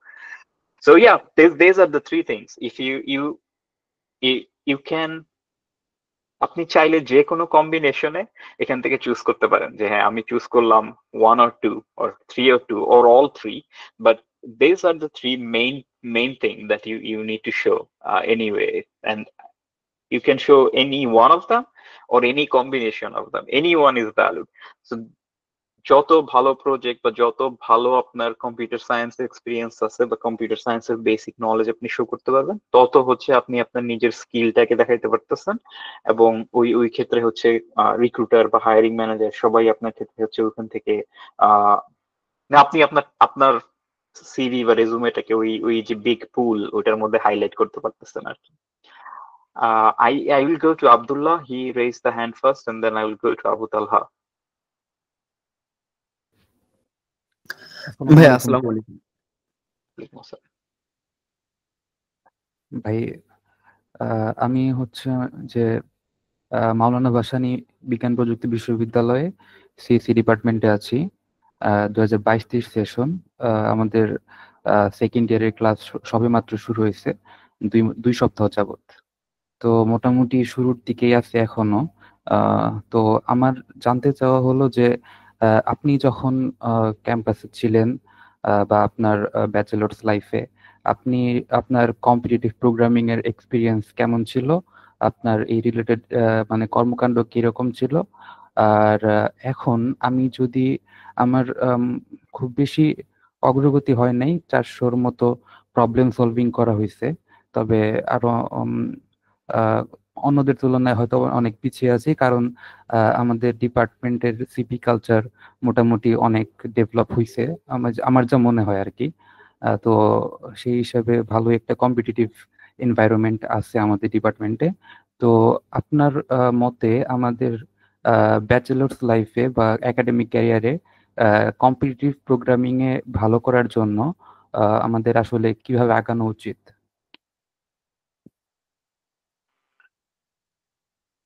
Thank you, Abdullah, for this question.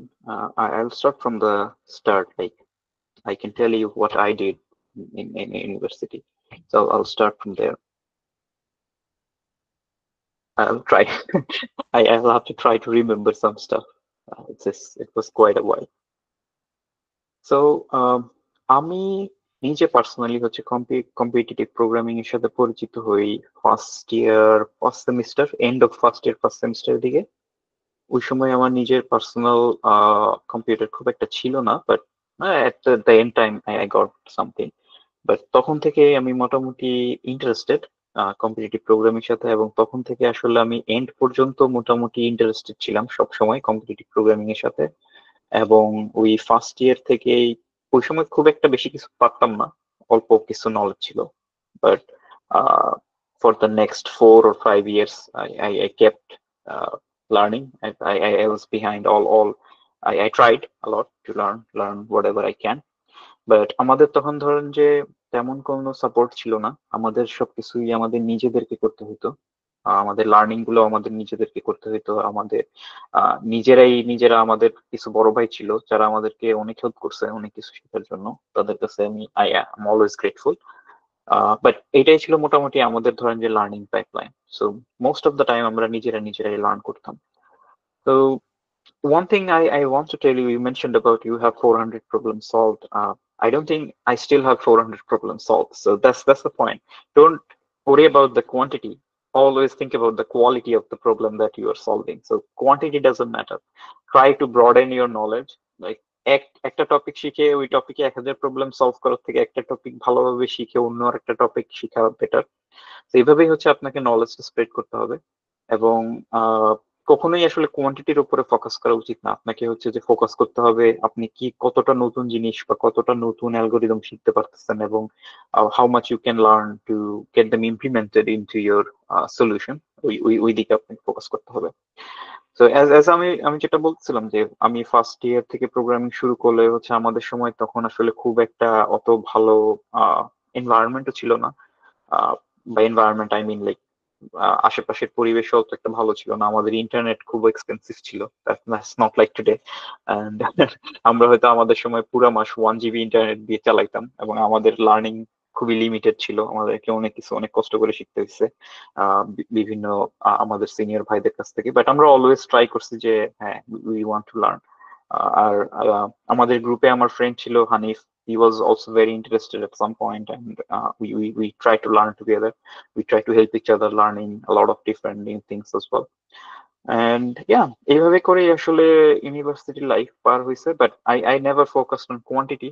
I always try to learn new things that gives me pleasure, like learning a new thing and trying to implement it is very good.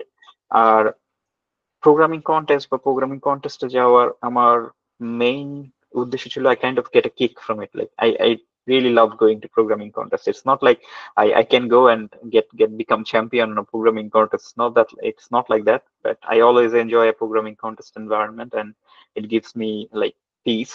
So that's why I tried to went to a lot of programming contests as well, as much as I was able to. I don't think there any আসলে ওই সময় আমাদের তেমন কোনো special কিছু ছিল বলে আমার মনে হচ্ছে না। বাট এটাই প্রোগ্রামিং কন্টেস্টটা হচ্ছে পুরোটাই ধৈর্যের একটা ব্যাপার, পেশেন্ট থাকতে হবে। যেটা বললাম যে আমি ফার্স্ট ইয়ারে শুরু করছিলাম, আফটার আই স্টার্টেড আমি হয়তো মেনশন করছি যে আমি 4-1 এর পর হচ্ছে জবে জয়েন করছি। So I still had like 1 semester left for 2, right? So ওই সময় আমি জবও করতাম, আবার ওটার সাথে সাথে প্রোগ্রামিং কন্টেস্টও করতাম এট দ্য লাস্ট ইয়ার। আমাদের ওই সেমিস্টারটা অনেক লম্বা ছিল, it was more than a year I think. But ওই সময় হচ্ছে আমি প্রোগ্রামিং কন্টেস্টও করতাম, জবও করতাম, আবার হচ্ছে যে ধরেন অন্য কিছু শিখার ক্ষেত্রেও কাজ করতাম। But the main thing here that I'm trying to say is the interest and continuity and getting the patience. Like, okay, you start something and you don't stop. You keep learning every day. You keep learning something every day. If you আপনি যদি প্রতিদিন একটা করে problem solve করেন তাহলে বছরে 365টা problem হয়ে যাবে, সলভ করা হয়ে যাবে। So there is a lot of time and you can like স্টুডেন্টদের আসলে অনেক টাইম থাকার কথা পড়ালেখার বাইরে, পড়ালেখা সহ অনেক কিছু আরো অ্যাক্টিভিটিস যা আছে সব বাদ দিয়েও এরকম প্রোগ্রামিং এর পিছনে দেওয়ার মতো অনেক সময় থাকার কথা, which should be good. So keep your patient, work hard, learn new things every day, and keep learning. I hope that's answer your question. জি ধন্যবাদ ভাই। আশা করি আপনি ক্যাম্পাসে আসবেন, আপনার সাথে দেখা হলে ভালো লাগবে আর কি। I hope so. I was in Bangladesh like 4 months back in July, but I didn't got time to go to university. But yeah, I hope someday I'll go visit again. I saw some pictures that the university have changed dramatically. We didn't have 12 hours lift, 12 stories building, and the problems that comes with a 12-story building. Anyway, I'll go to Abu Talha. He has his hand raised for a while. Abu Talha, please go ahead. ভাইয়া আসসালামু আলাইকুম। জি আমি হচ্ছে উত্তরা ইউনিভার্সিটিতে আছি ভাইয়া। আমার ইস্যুটা হচ্ছে একটা কোশ্চেন, সেটা হচ্ছে আমি নেটওয়ার্কিং দিক থেকে হচ্ছে আমার ক্যারিয়ারটা ডেভেলপ করতে চাচ্ছিলাম। রাইট নাও হচ্ছে আমি একটা গ্রুপ অফ কোম্পানিতে আছি, সেখানে হচ্ছে আমি সিস্টেম ইঞ্জিনিয়ার হিসেবে আছি, যেখানে আমার আন্ডার হচ্ছে প্রায় 30 জন প্লাস ইঞ্জিনিয়ার কাজ করতেছে। আমি তাদেরকে লিডারশিপ দিচ্ছি আমি। কিন্তু আমার চিন্তা মানে প্রোগ্রামিং দিকে হচ্ছে আমার যাওয়ার খুব ইচ্ছা ছিল, বাট হচ্ছে কেন জানি প্রোগ্রাম ঢুকতে ছিল না। বাট রাইট নাও হচ্ছে ইউনিভার্সিটিতে আবার প্রোগ্রামিং আমার কিছু ফ্রেন্ড আছে, ওদের হচ্ছে আবার প্র্যাকটিস করতেছি। আলহামদুলিল্লাহ এখন হচ্ছে মোটামুটি বুঝতেছি, বাট হচ্ছে এখন কি আমার নেটওয়ার্কিং থাকা উচিত না হচ্ছে প্রোগ্রামিং আমার যাওয়া উচিত? আমি এটা হচ্ছে কনফিউজড। প্রথম কথা হচ্ছে এখানে যে আপনার ইন্টারেস্ট কোনটা, এটা হচ্ছে মেইন কোশ্চেন। আমার পার্সোনালি, আমি একটু আগে যেটা বলতেছিলাম যে ফার্স্ট ইয়ারে I got introduced with this programming world, and I loved it very much, and that's the thing. I love programming. আমি খুবই খুবই খুবই আহ used to আর কি প্রোগ্রামিং এর প্রতি, and I don't ever get bored writing programs or writing code. So that's the one of the main thing which is actually interests you more. You mentioned আপনার হচ্ছে যে নেটওয়ার্কিং এক্সপিরিয়েন্স আছে এবং আপনি একজন লিড পজিশনে আছেন। If networking is something you enjoy doing, you can keep doing. There is a lot of networking companies that is hiring network engineer, including Google. And I mentioned that I am working in an organization for like 400 people, where like 200 of them is network engineer itself. And I'm just a very small part on that organization. We have other verticals as well that also hires network engineer. But network engineering এও ধরেন same concept apply. Programming এর ক্ষেত্রে যেরকম আপনার skill থাকতে হবে, স্কিলটা দেখাইতে হবে যে হ্যাঁ আপনি প্রোগ্রামিং এর সাথে ইউজ টু, আপনার কি কি কম্পিউটার সায়েন্সের স্কিলস আছে। নেটওয়ার্কিং কিন্তু কম্পিউটার সায়েন্সেরই পার্ট, তাই না? সো আপনার নেটওয়ার্কিং এও কিন্তু আপনাকে ওই ধরনের স্কিল সম্বন্ধে জানা থাকতে হবে। আপনি যখন নেটওয়ার্কিং এ একটা থেকে একটা কিছু রাউট করে অন্য জায়গায় পাঠান, that uses the graph algorithm, right? So আপনাকে এইসব জিনিসের চিন্তা করতে হবে এবং এইসব জিনিসের আইডিয়া থাকতে হবে কিছুটা। সো আপনি যদি নেটওয়ার্কিং এনজয় করেন, আপনি অবশ্যই নেটওয়ার্কিং সেক্টরে গ্রো করতে পারেন। There is a lot of opportunities there. আপনি যদি মনে করেন যে না আপনি প্রোগ্রামিং এনজয় করতেছেন নেটওয়ার্কিং এর থেকে, আপনি ওটাও করতে পারেন। এবং এইটা আমি অনেকবারই দেখতে পারছি এখন পর্যন্ত যে software engineer are moving into network engineering ladder. And I mentioned about this role profile, right? We have software engineering role profile and we have network engineering role profile. Software engineer ra oneke network engineering role profile e move kore, network engineer ra oneke software engineering e move kore. And আমি হয়তো mention করতে ভুলে গেছিলাম, আমি হচ্ছে গুগলে যখন first time join করছি তখন আমি ছিলাম হচ্ছে সাইট রিলায়েবিলিটি ইঞ্জিনিয়ার বা SRE, software engineer, but site reliability engineering was the core focus. So I was an SRE, then I moved to the software engineering ladder. So SRE is kind of like best of both worlds. You get to do a little bit of software engineering and you get to do a little bit of infrastructure management part as well, right? But at some certain point, I thought I will move to software engineering ladder, and I did. And if we can move into all these different areas as well. But the main point is whatever is your interest, whatever you feel more comfortable with, whichever you like most, you can just go in that direction. Anything else you want to know, Abdullah? জি ভাইয়া, বুঝতে পারছি। তাহলে হচ্ছে এটা হচ্ছে আমার চিন্তা করতে হবে আসলে। নেটওয়ার্কিং থেকে অনেক আগিয়ে গিয়েছি সত্যি বলতে হচ্ছে। আর কেরিয়ার হচ্ছে একটা পর্যায়ে, এমন পর্যায়ে চলে গেছি রাইট নাও, যেটা হচ্ছে নেটওয়ার্কিং আমার স্কিল বলেন, দেন হচ্ছে আমার জব সেক্টর বলেন, 4 ইয়ার্স হয়ে গেছে এক্সপিরিয়েন্স। হ্যাঁ, 4 ইয়ার্স এক্সপিরিয়েন্স যদি আপনার থাকে এবং আপনি যদি মনে করেন যে না আপনি নেটওয়ার্কিং সেক্টরে গ্রো করতে চান, দেন আপনি এই সেক্টরেই আরো অনেক গ্রো করার অপশনস আছে, তাই না? এই সেক্টরে আপনি আরো অনেক কিছু শিখতে পারবেন। স্পেশালি ধরেন অনেক বড় বড় নেটওয়ার্ক আর্কিটেকচার লেভেলের জিনিসপত্র আছে যেগুলো আপনি শিখতে পারতেছেন। তারপর হচ্ছে যে আপনি সেম নেটওয়ার্ক ইঞ্জিনিয়ারিং এ অন্যান্য কোম্পানিতে গ্রো করতে পারবেন। এবং আপনি যদি আমি স্পেসিফিক্যালি করে বলবো, আপনি যদি গুগল বা এডব্লিউএস অথবা ফেসবুকে যান, আপনি দেখবেন যে ওদের ওখানে প্রোডাকশন ইঞ্জিনিয়ার, ফেসবুকে বলে প্রোডাকশন ইঞ্জিনিয়ার, নেটওয়ার্ক ইঞ্জিনিয়ার। আমাদের গুগলে তো ডিরেক্ট নেটওয়ার্ক ইঞ্জিনিয়ার হিসেবেই অলরেডি পোস্ট আছে, এবং same for AWS as well. Networking হচ্ছে ধরেন কোর ব্যাকবোন, তাই না? এই যে এত বড় ওয়ার্ল্ড ওয়াইড ওয়েব চলতেছে, নেটওয়ার্কিং হচ্ছে এর ব্যাকবোন। আপনি যদি নেটওয়ার্কিংই না থাকে তাহলে কিন্তু ইন্টারনেট বলে কোনো কিছু থাকবে না। যে আমরা জিভিসিতে কথা বলতেছি, everything is going through somewhere. Like there is a Wi-Fi in my home, and there is another Wi-Fi in your home, and we are connected through that. So networking is a very, very good and like very, very growing industry. So আপনাকে এই ধরনের চিন্তা করতে হবে না যে আপনাকে আবার প্রথম থেকে শুরু করবেন কিনা। আপনার যদি মনে হয় যে নেটওয়ার্কিং এ আপনার এক্সপিরিয়েন্স ভালো এবং এইদিকে আপনি শিখতেছেন, you can learn more, you can grow beyond what you are right now, and look for opportunities on this particular role, and I would advise you to do so as well. Thank you ভাইয়া।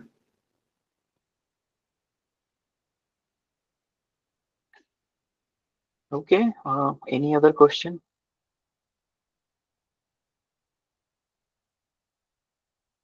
Hilal, you had your hand raised and then you left. Did you still want to ask that question? জি ভাই, একটা question ছিল, আসলে আমি sure ছিলাম না কোশ্চেনটা আসলে মানে প্রপার ওয়েতে যাবে কিনা। এটা হচ্ছে Sure. মাঝে মাঝে দেখা যায় আসলে রিক্রুটার রিচ করা যায় না প্রপারলি, সেই ক্ষেত্রে আসলে কি করা ঠিক হবে, অথবা এটার কোনো ফিজিবল আনসার আছে কিনা। যেমন অনেক সময় দেখা গেছে আমার এক্সপিরিয়েন্স যে অনেকদিন রিচ পাচ্ছি না, তার মানে আসলে কি তার মানে ওটা ডান, ওটা আপাতত ফিনিশ, নেক্সট টাইম আবার ট্রাই, এরকম একটা কিছু কি? এখানে আসলে অনেকগুলো ব্যাপার আছে। নর্মালি হচ্ছে যে তো আপনাদের কাছ থেকে হিলোলকে আমি চিনি পার্সোনালি, সো হিলোলকে আমি নর্মালি তুমি বা তুই বলে বলি, so I am not gonna say আপনি। তো তুমি ধরো যে হিলোল, ফার্স্ট পয়েন্ট হচ্ছে একবার যদি তুমি কোনো একটা রিক্রুটারের সাথে কমিউনিকেশন শুরু করো এবং somehow the recruiter start ghosting you, you can keep continuing, like uh, occasional email that what's the status of your process, and asking about different things, and if this needs something from you is a good way to approach. And মাঝে মাঝে unfortunate কোনো event হইতে পারে, যেমন ধরো যে recruiter যে হয়তো তোমার প্রসেসিং এ ছিল, কাজ করতেছিল, হঠাৎ করে মাঝখানে সেই আসলে চাকরি ছেড়ে চলে গেছে without any hand over. That happens as well, which is very unfortunate and very unlikely. Someone should eventually pick this one up, like uh, অন্য কোনো recruiter, whoever is coming in, they should eventually pick it up, but there is no guarantee of them doing those as well. So এটা হচ্ছে যে সব সময় best way হচ্ছে যে always কমিউনিকেশনের মধ্যে থাকা। ওয়ান্স তোমার process starts, you should always be in touch with the recruiter with different mediums as well.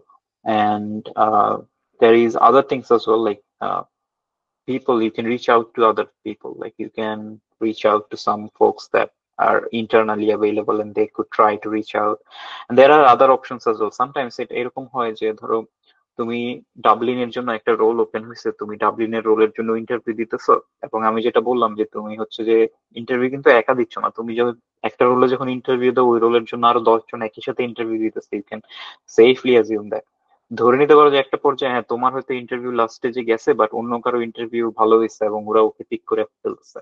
দেন অনেক সময় তোমাকে হয়তো রিজেক্ট করে বলবে যে হ্যাঁ ওকে ডান। অনেক সময় হয়তো তোমার পজিশনটা ওপেন রাখবে, দেখবে যে অন্য কোনো টিম আসলে হায়ার করতেছে কিনা। এবং এত এত মানুষের ইভেন্ট, অনেক সময় things get lost in the process, but that's very unfortunate. So কমিউনিকেশনটা হচ্ছে কি, রিক্রুটারের সাথে অলওয়েজ কমিউনিকেশনে রাখা।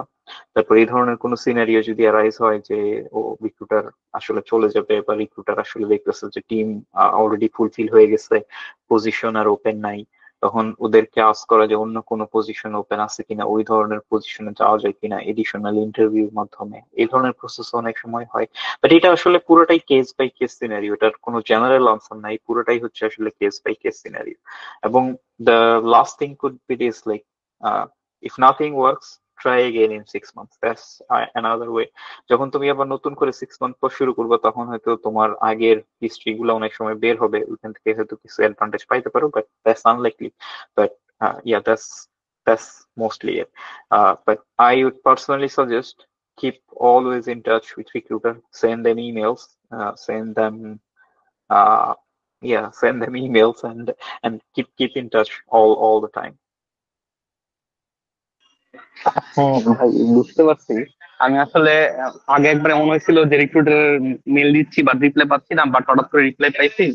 তারপরে মানে ব্যাপারটা হচ্ছে উনি আমাকে রেসপন্স দিচ্ছে এরকম যে হোপফুলি সামনে আবার যখন ওপেন আপ হবে সাথে সাথে তোমাকে রিচ আউট করা হবে। ইন দ্য মিন টাইম আমি আবার একটা ইন্টারভাল পর, ফর এক্সাম্পল 1 মান্থ পর তাকে আবার একটা মেল করছি, বাট আবার কোনো রিপ্লাই পাচ্ছি না। তো আমাকে আসলে তাকে রিপিটেটিভ মেল করা উচিত হবে, নাকি আপাতত এখানে একটু পথ থাকে আমার জন্য ভালো হবে? আমি আসলে লাস্টের মাঝখানে একটু বুঝতে পারি নাই, can you repeat again? Sure ভাইয়া। তো ব্যাপারটা হচ্ছে আমি মানে আগে একবার মেল করে রিপ্লাই পাচ্ছিল না, পরে আবার সার্টেন একটা ভালো রেঞ্জ পরে আমি আবার রিপ্লাই পাইছি তার কাছ থেকে। পরে নেক্সট টাইম সে আমাকে ওই সময় আমাকে সে যে রিপ্লাইটা দিয়েছিল এটা হচ্ছে আবার যখন ওপেন আপ হবে তখন তারাই তোমাকে রিচ করবে, আমার প্রোফাইলটা ওখানে ফ্ল্যাগ করা আছে। তো পরবর্তীতে আমি আবার একটা সার্টেন রেঞ্জ পরে আমি আবার রিক্রুটারকে মেল করছিলাম, ফর এক্সাম্পল প্রায় 1.5 মান্থ পরে আমি আবার তাকে নক করছিলাম যে এটার কোনো আপডেট আছে কিনা, বাট আবার কোনো রিপ্লাই নেই। তো আমি কি আসলে এখন এভাবে রিপিটেটিভ মেল করা কি একজন রিক্রুটারকে বারবার রিপিটেড মেল করা কি উচিত হবে, নাকি আসলে এখন আপাতত একটু পজ থাকাই ভালো? It's fine. It's fine. You can. This is actually I would say the scenario that I was mentioning, like a different scenario where like the roles being filled up and তোমাকে ধরো যে আবার নতুন করে শুরু করতে হবে। তো অনেক সময় হচ্ছে তোমার এটা বেটার যদি তোমার একদিকে প্রোফাইল বলা থাকে যে হ্যাঁ ওয়েট করো, আমরা হচ্ছে আবার নতুন করে প্রসেস শুরু করব কিছুদিন পরে, তুমি ওইটার জন্য ওয়েট করতে পারো। আবার চাইলে অন্য আরেকটা রোল বা অন্য আরেকটা পজিশন, অন্য আরেকটা ডিফারেন্ট সিটি বা ডিফারেন্ট কান্ট্রিতে অ্যাপ্লিকেশন স্টার্ট করতে পারো। That's a doable thing. আমার মনে হয় না যে আসলে সবসময় শুধু বসে থাকলেই বেটার, যে ওয়েট করে বসে থাকলেই বেটার, যে এটা আসলে কোনো সময় ভালো না। তুমি চাইলে ধরো তোমার স্পেসিফিক এক্সপিরিয়েন্স দিয়ে তুমি তোমার অন্য রোল, অন্য কিছু খুঁজে দেখলা যে আসলে সিমিলার কোথায় অন্য আর কোনো কান্ট্রিতে কোথায় আছে, ওই দিকে ফোকাস করতে পারো। That's absolutely fine. It over to Rubaiyatuddin then. If there's anything we want to continue, Rubaiyat. Thank you ভাই, আপনাকে অসংখ্য অসংখ্য ধন্যবাদ আপনার ব্যস্ততম সময়ের মাঝে আমাদেরকে এইভাবে সময় দেওয়ার জন্য। এটা আসলে একটা আমাদের জন্য অনেক বড় পাওয়া। তো ভাইয়া থ্যাংক ইউ। আমরা আজকের ওয়েবিনার শেষ করব। আপনার দিক থেকে লাস্ট কোনো মেসেজ আমাদের জন্য যদি দিতেন। শিওর। কম্পিউটার সায়েন্স রিলেটেড জিনিসপত্র যে জিনিসটা ধরেন যে one of the most important things, যেটা আমি personally hold dear to my heart, is আপনাকে হচ্ছে প্রচুর পরিশ্রম করতে হবে এই সেক্টরে।